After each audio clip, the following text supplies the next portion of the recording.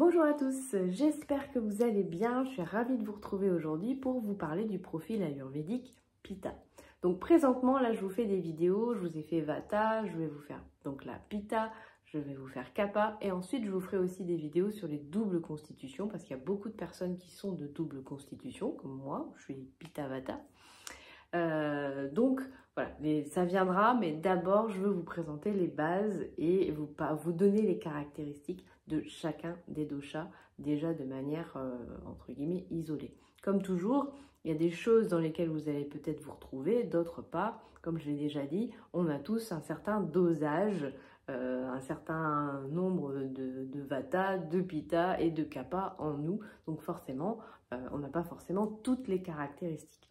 L'important, c'est d'évaluer où se trouvent nos dominances. Donc pour ça, je vous remets le lien dans la description de cette vidéo si vous voulez faire le test pour savoir où est votre dominance, quel est votre dosha ou vos doshas dominants. Donc c'est parti pour Pitta. Au niveau physique, la personne Pitta, c'est une personne qui va être de corpulence et de taille en général moyenne, plutôt bien proportionnée. Ce sont des personnes qui aiment prendre soin d'elles, donc qui sont en général quand même voilà, plutôt musclées et athlétiques. Ce sont aussi des personnes qui vont avoir un poids relativement stable, mais qui vont avoir tendance à pouvoir facilement prendre ou facilement perdre du poids. Dans tous les cas, elles ne vont pas se laisser en général prendre du poids parce que, comme je le disais, elles aiment prendre soin d'elles. Pour elles, l'apparence, la beauté, c'est quand même quelque chose d'important pour un Pitta. Sont aussi les personnes qui vont aimer voilà, avoir une tenue assortie, voilà, assortir les couleurs. C'est quelque chose qui est important pour les personnes de profil Pitta. Au niveau du visage, en général, on va avoir un visage assez rond, avec tendance à des taches de rousseur et des grains de beauté. La peau va être, en général, c'est une belle peau plutôt lumineuse, mais qui peut avoir tendance à rougir, puisque Pitta, c'est le feu et l'eau au niveau des éléments. Donc c'est un profil, on va le voir après dans la physiologie, mais qui peut avoir justement des rougeurs plus facilement. D'ailleurs, c'est un profil qui va avoir les gencives qui vont avoir tendance à saigner. Ce que j'avais moi beaucoup avant de découvrir le dentifrice à l'aloe vera qui m'a clairement changé la vie au niveau des gencives. Mais sinon, j'avais toujours les gencives qui saignaient énormément. Voilà, ça fait partie des caractéristiques de Pitta. Souvent, les cheveux vont plutôt être clairs, blonds ou châtains. Des cheveux roux aussi, c'est possible pour les Pitta. Donc je disais des traits assez proportionnés. Et puis un regard qui peut être assez pénétrant, des yeux clairs généralement, les yeux bleus, les yeux verts, les yeux gris. C'est aussi des personnes qui vont avoir en général une dentition plutôt bien faite, des dents bien alignées, mais comme je le disais, avec cette sensibilité au niveau des gencives, des lèvres qui vont être en général plutôt douces, rouges. Alors, bah, voilà, je vous donne l'exemple du Pitta Vata, c'est que moi, on voit quand même sur mon visage que j'ai des traits, j'ai un certain nombre de traits qui sont les traits du Pitta. En revanche, j'ai les lèvres du Vata, j'ai des petites lèvres fines qui ont tendance à gercer. Là aussi, beaucoup moins qu'avant puisque je m'hydrate différemment, mais voilà. Pour vous donner un exemple de, de l'association Pitta-Vata. Au niveau des ongles, on va avoir en général des ongles qui sont plutôt en bonne santé, qui sont roses. On va avoir également une transpiration qui peut être abondante pour le Pitta et qui peut être odorante. Voilà, ça fait partie aussi des... Enfin, il n'y a pas que des choses glamour, hein. Dans tous les profils, de toute façon, il y a des choses glamour et moins glamour. C'est normal, ça fait partie de nous. C'est aussi un profil qui va avoir des tissus qui peuvent vieillir prématurément. Donc des personnes qui peuvent avoir des cheveux gris assez tôt ou chez les hommes une perte de cheveux prématurée. Donc voilà, les hommes qui se dégarnissent très très jeunes, en général, ça peut être le signe qu'ils ont une certaine quantité de Pitta. Voilà ce que je peux dire sur l'aspect physique de Pitta. Maintenant, on passe à l'aspect physiologique. Alors, d'un point de vue physiologique, le profil Pitta est un profil qui n'est pas souvent malade.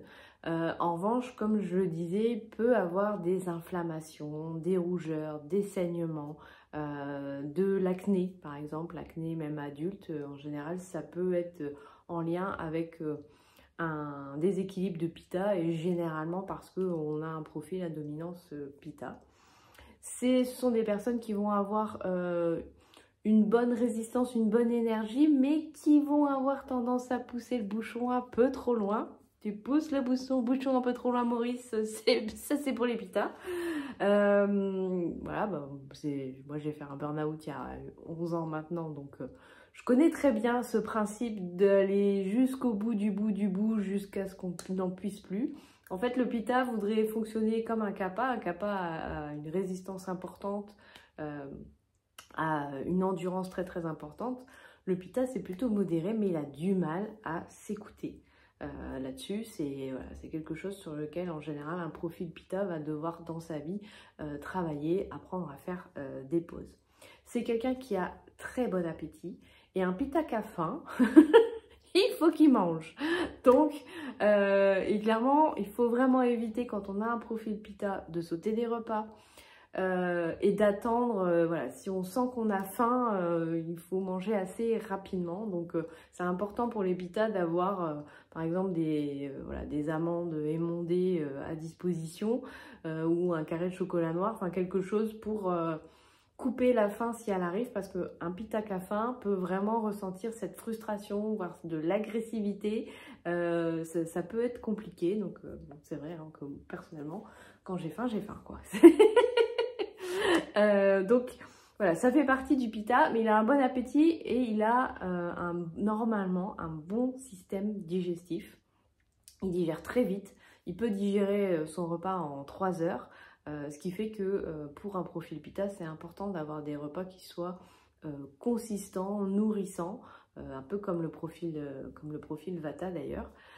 Donc voilà, c'est vraiment important là-dessus, parce que c'est tout à fait possible qu'un Pitta, 2 heures après manger, ait de nouveau faim, d'accord? Et c'est important pour le Pitta d'écouter sa faim. Maintenant, s'il a faim toutes les heures ou toutes les demi-heures, évidemment, c'est qu'il y a un déséquilibre et qu'il faut rééquilibrer le Pitta, d'accord?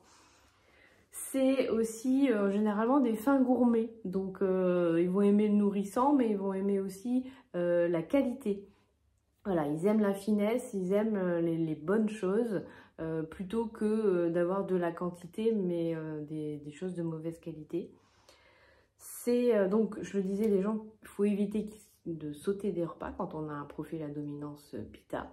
Évidemment, le jeûne n'est pas très conseillé pour un profil à dominance Pitta, et en plus, c'est un profil qui peut avoir tendance à faire des hypoglycémies. Donc, c'est vraiment voilà, éviter fortement. Donc, c'est bien parce qu'en étudiant l'Ayurveda, je vois toutes les erreurs que j'ai pu faire depuis une vingtaine d'années. Donc, c'est très très intéressant. Donc en général, il n'y a pas de souci digestif, ou alors s'il y en a, c'est un système digestif qui va être trop accéléré plutôt que pas assez. Mais sinon, c'est quelqu'un qui peut aller à la selle plusieurs fois par jour.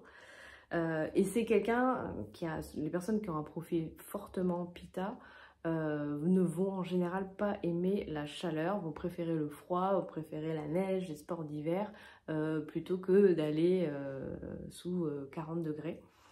Alors c'est l'avantage quand on a une double constitution Pitta-Vata. Ben, moi j'aime le froid l'hiver, mais j'aime aussi un petit peu la chaleur. Mais j'avoue que je n'aime pas quand il fait trop chaud. Au niveau du sommeil, il va avoir un sommeil qui est voilà, ni profond ni léger, mais qui est réparateur.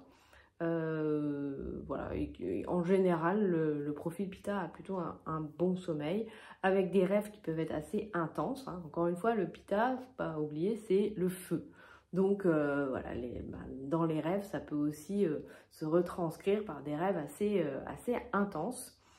Et pour les femmes, au niveau des règles, en général, elles sont réglées au millimètre.